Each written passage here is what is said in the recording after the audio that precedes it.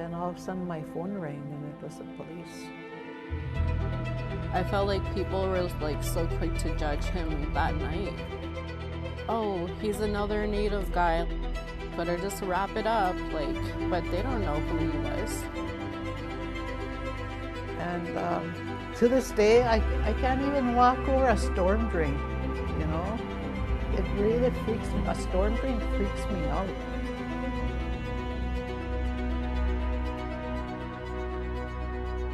I always walk around it now.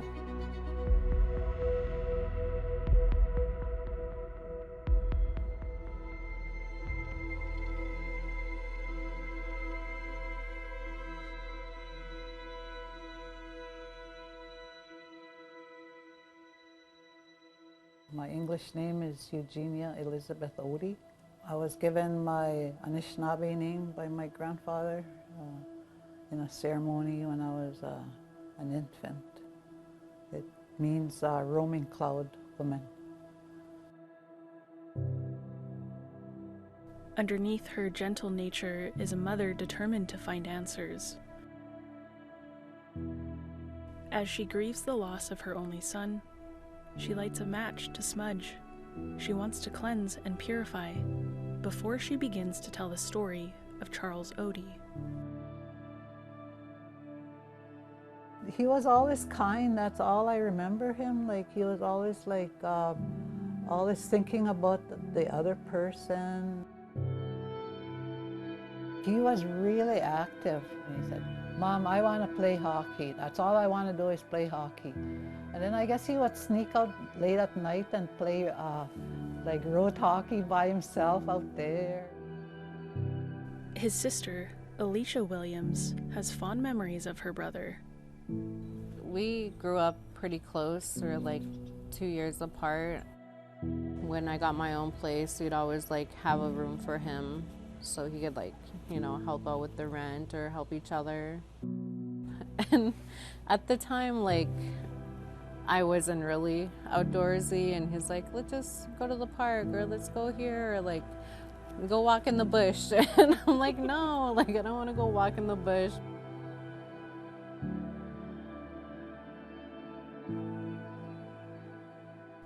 Eugenia shows me photos, medals, and different accomplishments Charles earned in his 26 years. And she admits, it's hard for her to understand how it all came to this. It was a long weekend, Labor Day weekend. I got home and he was really happy. And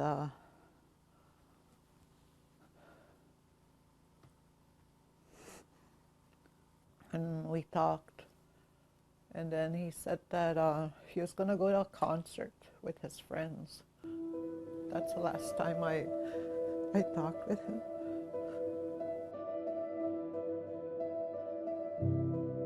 It's been nearly a decade since Charles passed away, but the memories of his final moments alive are just as painful now as ever. Charles Oudie's family reaching out tonight for anyone who can help them figure out what happened to him. We could just imagine him being in that little hole, all by himself, all night. When did he die? A passerby discovered Charles on a cool September morning in 2015.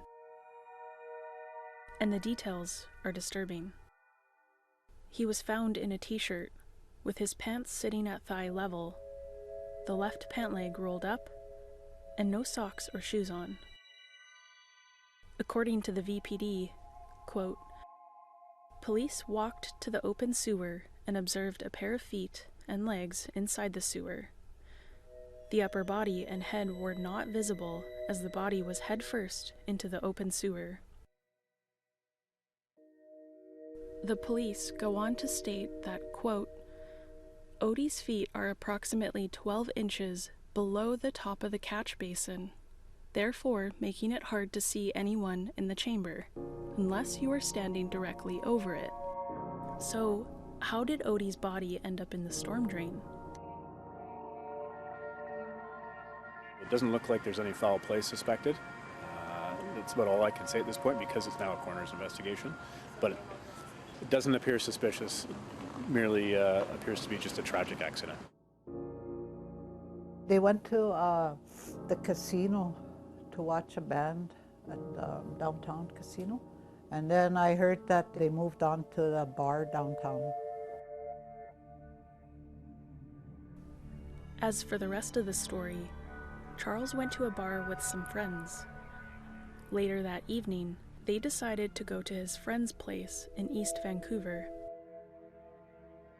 According to multiple reports, he was asked to leave the residence around 4 a.m. And his text messages also stop around the same time. With no autopsy or coroner's report yet completed, the Oudie family wonders why the police closed the investigation so quickly. It's something Eugenia wasn't willing to let go. So Eugenia filed a formal complaint with the Vancouver Police Department. According to the complaint filed on October 1st, 2015, just 3 weeks after Charles's death, the Oudie family say the police missed steps in their investigation. The VPD Major Crimes Unit reopened the investigation as a homicide.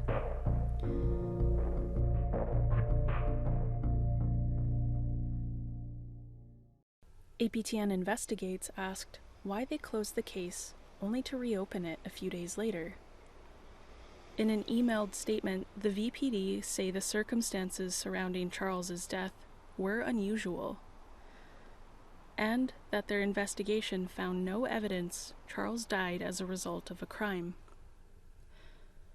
The case continued to be investigated as a homicide until December 15, 2017, when the case was closed once again.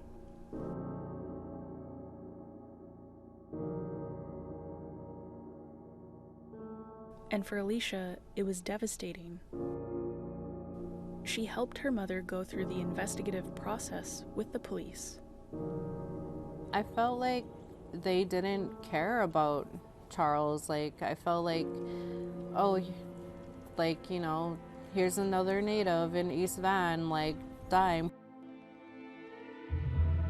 In the police report shared with APTN Investigates, an unidentified woman met with police in the back lane where she told an officer that Oudie had another phone that he kept dropping. That phone was then found at the bottom of the storm drain. The officer then concluded that Oudie must have dropped his phone in the drain, and in an effort to retrieve it, he climbed in head first, submerging himself in water up to his waist, and died. The coroner's report was completed on March 20th, 2018, 2.5 years after his death. It states he died of positional asphyxia and drowning. The coroner's report mirrors the police's theory, but Eugenia says it doesn't make sense. Why would he go so far into the drain to retrieve his phone? He was very strong, yes. And he could have easily pulled himself out of there if he had to. So, what do you think happened? I think he was murdered. The Oudie family doesn't believe the police theory. So, if Charles didn't drown, then what really happened to him? I think if you wrap up this scene within like 5 minutes, and like I felt like the way they like interviewed people and it was like a shut case, like, so you're just gonna believe what they say? Like, didn't you see his body and his marks on his body? Like, it looked like my brother got beat up. It doesn't look like he fell in a drain and just like died. The police say no one was ever considered a suspect in his death. APTN Investigates requested a copy of the photos taken by investigators. That request was denied. Alicia says she saw markings on the back of his head, arms, and hands. These details were not included in the coroner's report. But the autopsy included much more. A 2 by 3 centimeter bruise on the left elbow, a 3 centimeter abrasion on the left ankle, small scattered cuts on the left calf, a 2 by 2 centimeter bruise on the right shin, several small cuts on the right toes, a 6 by 3 centimeter abrasion to the top of the left foot, and the skin on the tip of the left middle finger was torn off. Are these signs of a night out gone wrong, or is it foul play?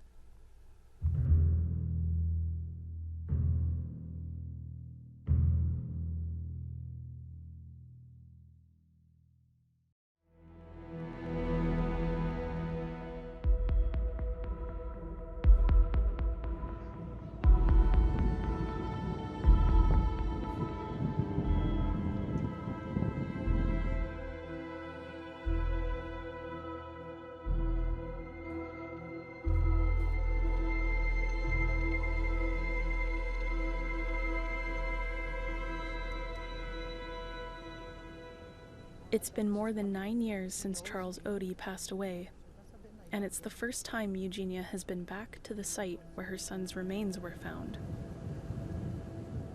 A gentle gust of wind rolls through the neighborhood, and Eugenia feels his presence.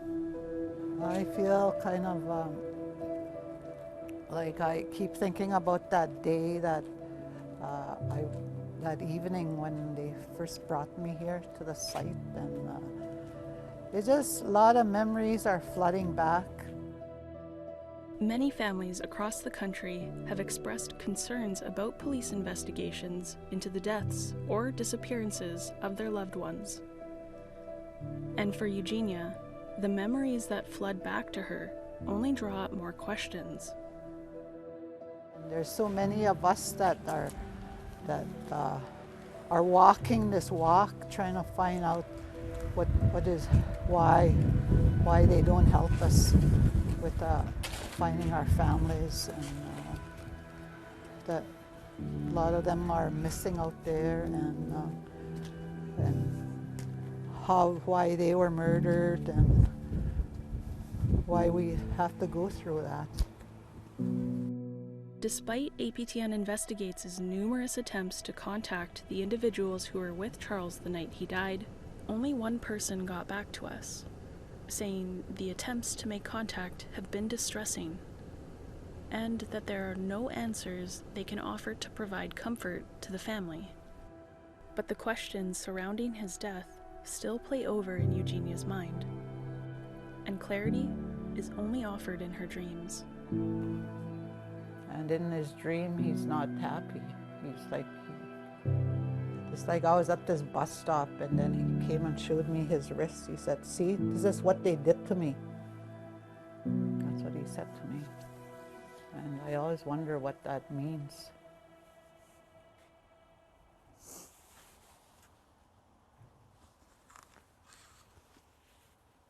Eugenia binds a necktie nearby and says a prayer to honor her son before leaving.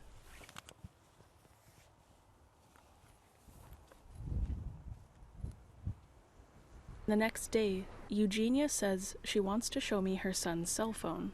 It still has his old text messages and phone numbers on it. What about this number? I don't know, this girl. Was she with him that night? Yeah. Oh, she was? Yeah. Okay. Who's this? Eugenia Oudie. Eugenia, my son's name was Charles. Well, Please remind me. Well, you used to go to school with him at Native Ed. Oh, yes. How are you doing? How are you? Well, right now we're investigating the case again. We're just going over your last conversation with him. Yeah. A text. Yeah. No, we were talking I was at my friend's place. Oh. Did the police ever interview you? Yeah, they did. They interviewed me and my friend. They interviewed us. They asked us what happened. You had to go to a cop station? No, it was weird. They met us at the SkyTrain station, and we got interviewed in their car, which was really weird. Really?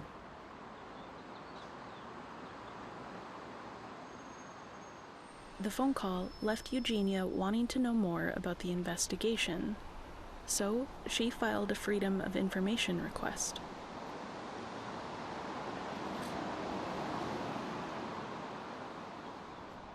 What are you looking to do? It's a Freedom of Information. You want to send it through? Yes. Okay.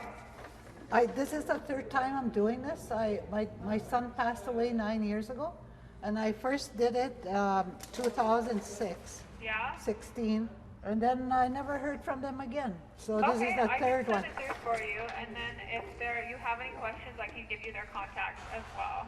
Yeah, because So contact the department, okay? Do you have ID on you? We just need that as well to send it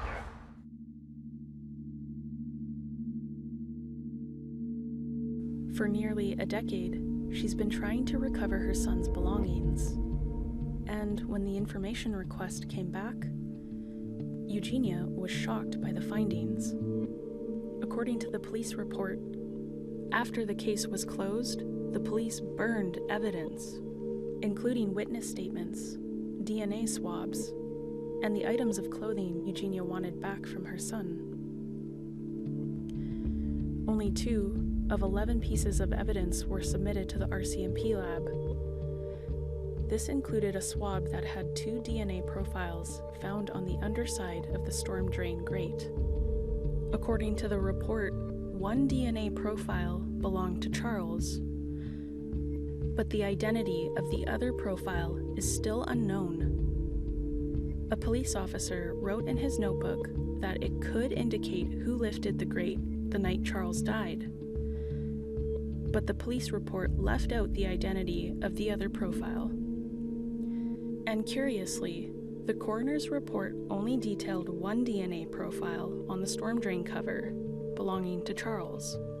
The VPD say their investigation was thorough and complete, and their findings were based on an analysis of all the evidence, and that if anyone has more information, to come forward.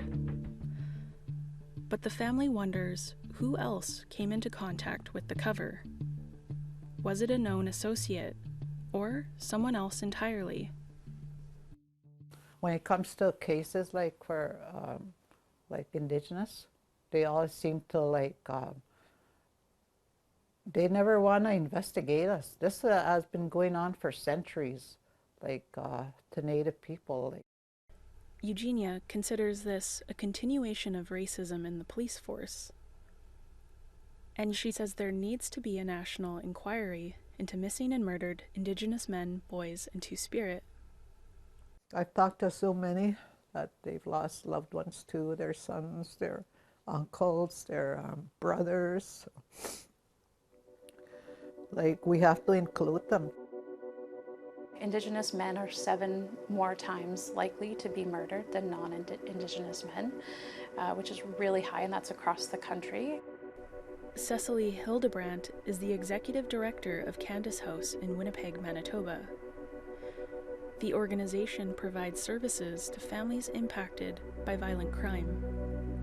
She says there needs to be a national database tracking the number of missing and murdered Indigenous males. I think it would help increase awareness. I think it would help give maybe more understanding. I think it would put it in context for families and for community to help realize how big the impact actually is. She says breaking down the stereotypes of missing and murdered Indigenous men is a crucial step in addressing the issue. It doesn't matter, what the background was or what the history was. This was someone who was loved and loved dearly. And I think that there needs to be, more attention paid to that.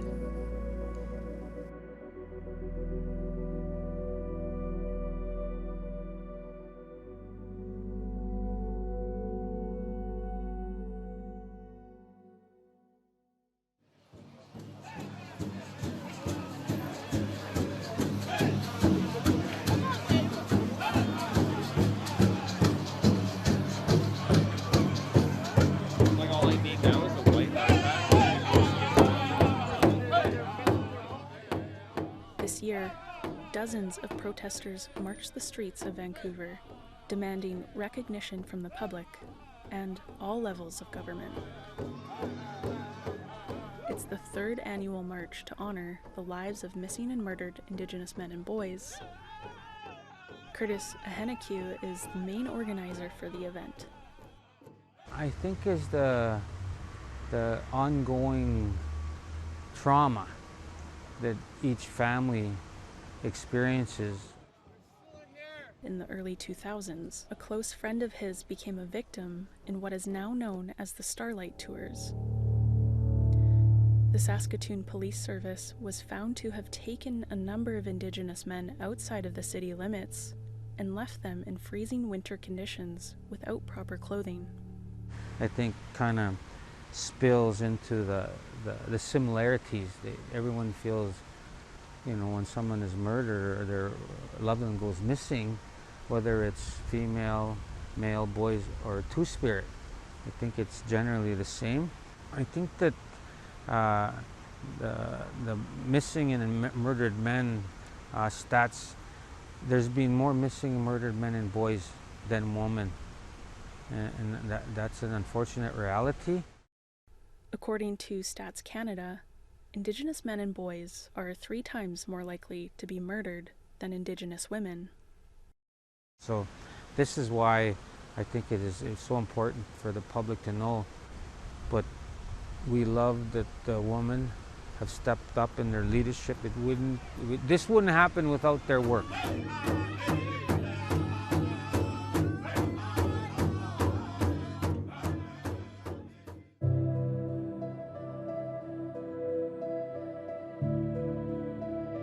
I've always said, like, if I don't get the answers from this lifetime, like, when I pass, I'll see him and I'll get the answers then. But, like, I would like to have the answers now, like, while I'm still here in this lifetime. And I feel like he deserves it. We all deserve it, like all the missing and murdered Indigenous men and boys do. Like, we can't forget, like, our own warriors.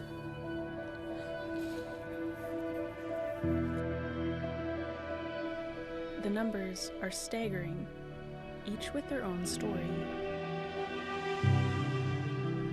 And the fallout of the lives lost never gets easier. Eugenia will continue to welcome visits from Charles in her dreams, while she tries to figure out what really happened to him that September night. There's no way that's an accidental death. Because somebody always knows something. Somebody always knows something.